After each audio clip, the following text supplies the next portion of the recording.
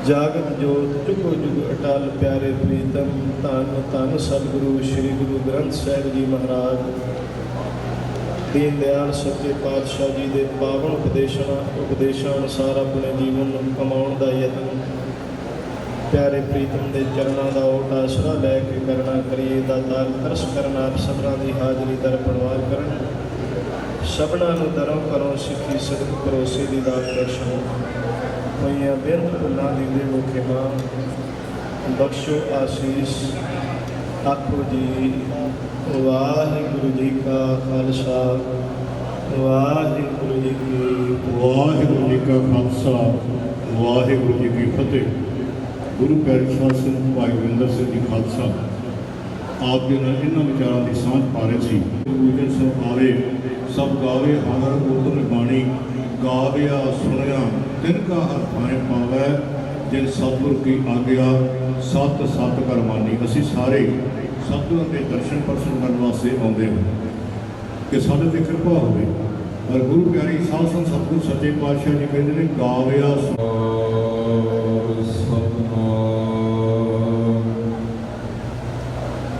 ਕਰਤਾ ਪੁਰਖ ਨਿਰਭਉ ਨਿਰਵੈਰ ਅਕਾਲ ਮੂਰਤ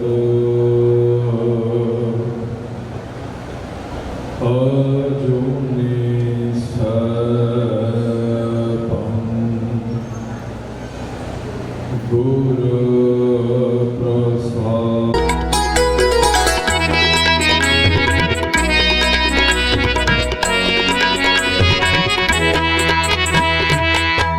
कहत कबीर सुनो रे लोई कहत कबीर सुनो रे लोई अब तुम दी प्रतीत न होई अब तुम दी प्रतीत न होई करवट दे मुख काहे को मारे करवट दे मुख काहे को मारे हमारी मुख फेर प्यारे हमारी मुख फेर प्यारे करवट दे मुख काहे कुमारे करवट दे मुख काहे कुमारे आवारी मुख फेर प्यारे